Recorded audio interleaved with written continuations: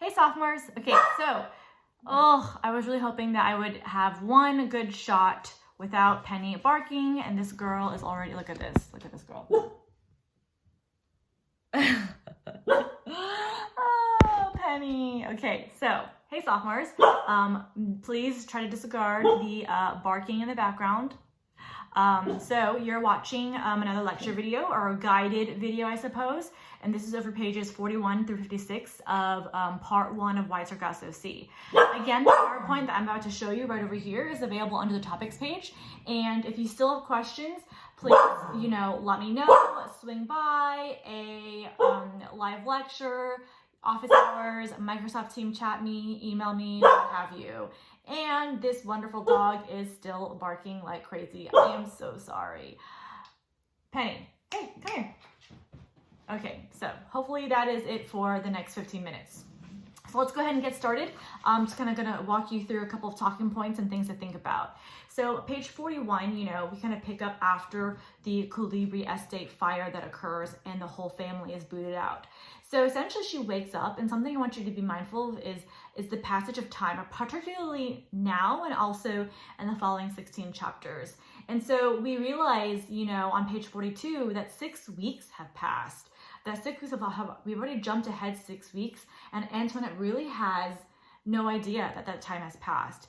And so I guess just being mindful of how the fluidity of time occurs in the next couple of pages really also kind of sheds light on her mental state and where she is in terms of her awareness, her consciousness, all of that. Again, we are essentially tracking, I don't want to say the disintegration of her mind, but we are tracking kind of how she starts from, Antoinette, who is a young, lively child who enjoys nature, to becoming, Bertha Rochester, this crazed creature, animal-like being who sets fire to things and attacks people. The whole purpose of this was giving her that story and giving her that life, that rationale almost. So 6 weeks have passed, and one thing I want to note is when Antoinette asks about her brother, and she essentially says, he died before that. When she asks, is he dead? And Aunt Coral's like, yes, poor thing, he died after the fire. And she makes note in terms of he died before that, I thought, but was too tired to speak. And it's one of those things where I want you to think about, what does she mean by that? Is she talking in the sense of physically, she knows that he died in the fire before the fire? Or is it more of a metaphorical, symbolic type thing? And I want you to particularly think about this quote, especially as we move on into part 2. There is a conversation that she has with Rochester at one point about death, and I think that this quote right now on page 42 really connects with that. So just kind of be mindful of that. Being mindful that yes, Antoinette is a child and maybe unaware of a lot of things, but she's actually also aware of things as well. She is aware before she, was delirious and sick and ill for about 6 weeks. She is aware of waking up and hearing her mother, scream. What was the use of telling her that I'd been awake before and heard my mother screaming? And so she has this awareness of kind of what's happening with her mother just a bit. One thing I also just want to note, and this has to do with, remember, looking at, Wide Sargasso Sea in a multitude of lenses, say you will. She says, Antoinette, my head is bandaged up, it's so hot. Will I have a mark on my forehead? No, Aunt Cora smiled for the first time. That is healing very nicely. It won't spoil you on your wedding day. And I think that, oh, Penny, I think that that's a very interesting line, because it tells you a lot about the values of the time. Why would Aunt Cora tell her it won't spoil you on your wedding day? What won't spoil her? What is the actual thing she's talking about? What's not spoiling her? And what does that mean? Remember, this is Victorian society, still kind of the late to middle parts of Victorian society. So what does that tell you about gender roles, the value that we place on women, what is important about women? And so you definitely see that a lot in the next couple of chapters. Again, note the song choice when what she asks Aunt Cora to sing to her. Music, art, songs are typically very purposeful in most novels, but they usually reflect a parallel moment. They reflect the feelings of a character. There is usually some type of very deeper representative meaning. So just kind of be mindful of that. So pages 43 and 44 essentially really talk about, sorry, let me switch my PowerPoint slide, really talk about her reuniting, her reunion with her mom. And so I want you just to reread this whole section again and really kind of track a lot of components, like the word choice that surrounds, remember, this is, and I want you to imagine if this were you. If this were you and you hadn't seen your mom in 6 weeks and you've been sick, and how would you feel seeing your mom or your guardian or someone who was a mother to you? How would you feel, right? And so the word choice, I remember the dull feeling as we drove along, and then a white woman sitting with her head bent so low. What do you notice about the word choice, her feelings, her initial impression of seeing her mom again, like how she describes seeing her mother again and what that means to you, the people around her, who she needs with her, Christophine, and then just afterwards, like the whole incident. And remember that, like, in the background video, I kind of talked about how Jean Reese and her mother had a very, estranged relationship. And I think you can see that here with Antoinette and Annette as well. Like this moment, this scene really like just showcases that split between them, that very big division in terms of, do they really have a relationship at all? Is there one there in the first place? And just thinking of, when her mom sees her and how her mom reacts to her and who her mom really wanted there. Like her mom was looking for someone. Who was she looking for? And what does that kind of tell you? So thinking about reading between the lines and being mindful of that. Okay, so next couple of pages, we then have, of course, she starts to go to school at a convent, but she, of course, walks to the school initially while she's still staying with Aunt Cora. I want to talk about, and just in general, and I think this is just something that you want to look for in almost any narration, but I think Jean Reese does a really, really great job with showing versus telling. And I don't know if I haven't really told you that before, but I feel like you've probably heard that phrase maybe at some point in elementary, middle school, hopefully from your English teachers, this idea of don't tell me their emotion, don't tell me what's happening, but show me through details and actions.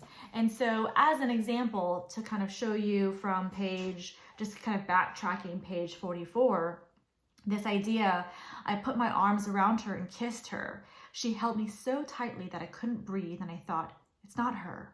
Then it must be her.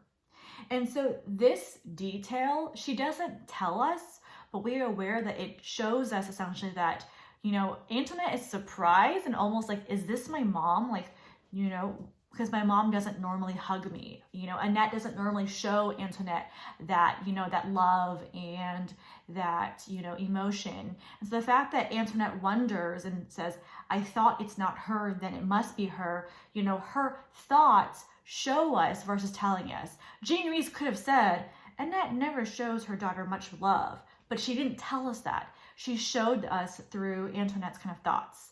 And so you see that, especially in these pages, especially when she interacts with the young boy and the young girl in terms of, then the girl grinned and began to crack the knuckles of her fingers. What does that tell you about this girl? The fact that she grins and it cracks her knuckles. That tells you that she's aggressive, that she's violent, but she doesn't tell us that. Jean Reese could have said the girl is violent, the girl is aggressive, but she doesn't. And that's just something I want you to be mindful of in general when it comes to, I guess, your own writing. If you ever write a narrative, like in college applications, I would say that I would love for you to not tell them, because most college applications will ask you, tell about a time that shaped your life, talk about your background, your environment. Don't tell them, show them. If you're talking about your, audition for choir or your audition for the dance team or a really big game that you were playing that was like a championship game, don't tell them I was nervous. Show them, my hands perspired, I shook uncontrollably. Like that tells you that you're nervous, but without actually telling. Does it make sense? Yeah. Anyways, so in these pages, you kind of meet a couple of people. So I want you to be mindful of, and these are all children who are colored and who are mixed. And so I want you to be mindful, and hopefully you're aware of that. The boy and the girl that she meets, they are colored children. And think about how she describes them and how that sets us up for what we expect. Most authors do this in terms of when they describe characters, it doesn't surprise you afterwards when they do bad things or they do good things. Especially if you look at the word choice, she talks about ugly, white, dead fish, worst, horrible, sickening. You know, these are all words that obviously have a very negative connotation, and so it doesn't surprise you when they make fun of her and they tease her and they taunt her and they bully her. Similar to Jane Eyre, when we first meet John Reed and how he's described very negatively as well. We talk all that word choice. So a lot of authors do that, so just be mindful in terms of characterization, because characterization of how a character looks also contributes to how a character acts. Of course, like in real life, you know, we don't necessarily want to judge a book by its cover and make assumptions, but in narration, for the most, especially in like pre-19th century literature, a lot of authors very much really think about and write about, like, if they are described as ugly, they are more likely to act ugly. And you see that more of a shift later on. So there's things to think about. So these children treat her terribly, but then Sandy comes to her rescue. And who is Sandy? You know, what is his relationship to her? And I want you to kind of reread that part in terms of who he is to her and how she feels about him. And so that's page 46. And so I highlighted it. So just kind of be mindful. And so you really learn that these are all various mixed, you know, colored children, and they all act differently. There are some children who act terribly and who are cruel, but then there are some children who aren't like that. And so what does this whole section tell you about, I guess, the complex racial situation of this culture, or just in general, like the complexity of race? You know, we often, the issue is in many, you know, the problem, I guess, for many people is that we generalize groups, right? We generalize race, ethnic groups, cultural groups. And can you really do that? Can you really peg an entire group of people as one attitude or one characteristic? And I hope you realize that in these pages that you can't, right? That people, regardless of, you know, background, culture, there are different people. There are good people, there are bad people. And that's just kind of something that you see in this little sliver of life. So, okay, moving on to the next page. So page 48 to 51, we really kind of go and talk about her school, her time in the convent. So this is a convent with, yes, nuns and sisters, and also it is an all-girls school. And so I want you to consider the atmosphere and also the values.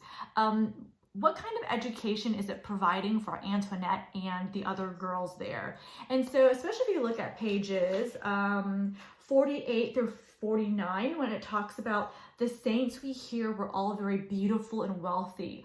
All were loved by rich and handsome young men, more lovely and more richly dressed than he'd ever seen her in life.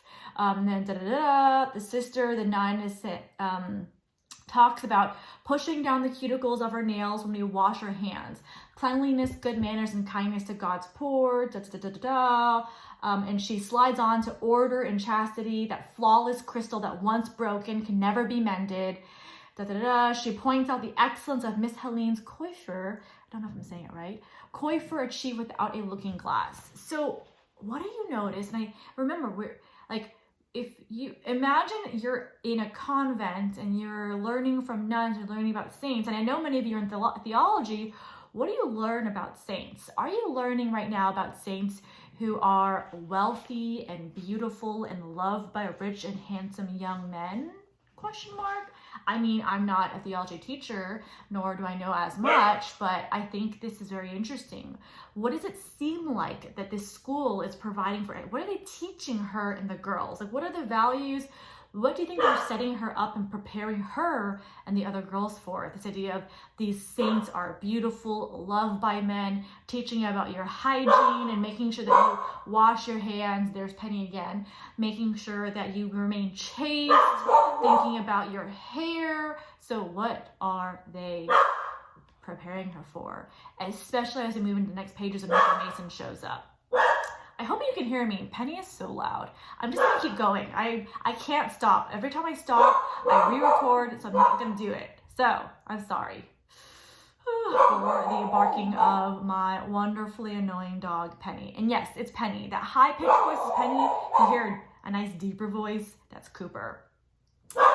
Examine the use of color, not just in this section, but really in all sections. When she describes color, what you notice about her state of mind, if time passes. Again, I think anytime you notice, like, I don't know, a confusion, like you're confused, it's probably says something about kind of her state of mind as well. Ooh, okay, this dog. Penny, come here.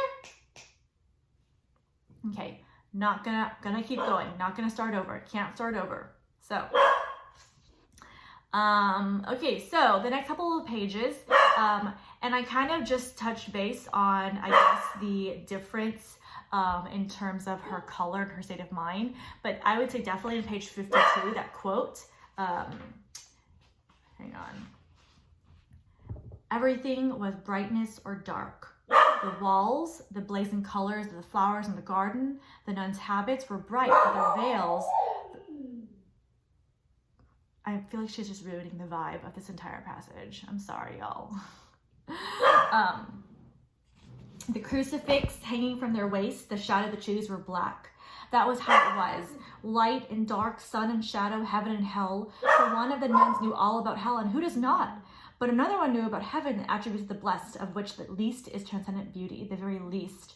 I could hardly wait for all this ecstasy, and once I prayed for a long time to be dead. Then remember that this was a sin. The whole passage is very complex. I mean, her mind is really all over the place and talking about a lot of different things. And so again, we're tracking kind of the development, the character development really, or the character change. I hate to say development, the character change of Antoinette from beginning to end. So anytime you see a passage where there's like lengthy thoughts, there's also like a mixture of like long sentences, short phrases, long phrases. I want you to think about like what's going on in her mind. What does it tell you about her current state of mind, what's happening? And then, of course, Mr. Mason, her stepfather, visits. And so this is very significant because, again, one, I think about what I just asked in terms of what do you think this convent seems to be preparing her for? And then also I want you to think about essentially his visits and like what he gives her and what that implies, how he views her, the fact that he like, you know, like holds her apart and he's like, oh, you look a lot taller now, and looks at her critically. It's like he treats her like what, right? What is he? It seems like he's treating her like. And so afterwards, she experiences her second dream. And again, dreams as a motif and dreams as symbolism. And so I want you to compare this dream with the first dream. Go back to page 24, please, and read that dream and think about and look at what happened before, what happened after, and think about this dream and what happened before Mr. Mason's visit and what's kind of happening after, what's you know is happening after. Do you see any significance and commonalities between the dreams? Who is a common factor? What event is a common factor? And just in general, like the actual dream itself. How is it similar to the first dream? How is it different? And in what ways could be interpreted? And let me give you some big hints. It can be interpreted in terms of gender roles, like patriarchal oppression. That's a big thing. It can be interpreted in terms of a post-colonial lens, in terms of a comment and commentary on colonialism and the, you know, the idea of white England colonials kind of colonizing, you know, like Jamaica and the West Indies and all of that. It can also be symbolic of, or also foreshadowing, and also symbolic of course, what's about to happen to her, you know? So those are all different things that I want you to think about. There's so many components to it. So hopefully you're able to see that. And then finally, I'm keeping this like under 20 minutes. I'm almost there. I'm at 19 minutes. Okay. So finally, we kind of go into 55, 56 and note again the disrupted time sequence. And also note how she introduces her mom's death and Net's death. She doesn't say, my mom died. She says, it's almost like in passing, like while I was doing this, I remember my mom's funeral. Oh, by the way, she died a year ago. And so again, like this disjointed sequence of time showcasing Annette's kind of state of, Antoinette's state of mind, right? It's like not like a chronological, like first, second, third, or at least constant every 6 months, every 3 months. It's like very like 18 months, 1 year, hours, minutes. It's very disjointed. And so kind of be mindful of that. And also the fact that she like talks about her mom in passing, like, you know, like this is I would say a pretty significant moment in many people's lives. And that she just kind of mentions it casually almost also kind of shows you her apathy and really what has happened with the relationship between Annette and Antoinette. And at the end, you know, Sister Maria and kind of her sadness, like why might she be sad? You know, what is the reason of ending this scene, this section scene, this part of this novel with this sister, and she is like a teacher, you know, she's a teacher, maybe another maternal figure. Why her being sad? Like, I guess what would be the purpose behind that? Why is she sad? And so there's that. So hopefully this helps clarify a couple of things. If you're still really confused, again, email me, Microsoft Team chat me, come to a live lecture. The next live lectures are Wednesday, Thursday, depending on what class you are. So I'm going to email you. A couple of things I want to remind you of is, of course, please make sure that you're checking your due dates and being consistent with discussion posts on Parlay and also your weekly Sunday assignments. There's a tutorial video over the literary lenses, and I want to make sure that I'm seeing text embedding. So make sure you're embedding your text evidence, citing it. I just really want you to make sure you also read the directions. And if you have issues submitting it, like if the actual original form of the literary lens isn't working, the assignment, you can just retype it on Word document. It's fine. I just thought that the format was cute and like colorful and fun. But if you're like, I just want to type it out like an essay, feel free and submit it that way. Okay. So if you have any questions, just email me. Hopefully this helps, and I will hopefully see you later. Have a great weekend, weekday, night. I don't know what time of day it is for you. So goodbye. Bye.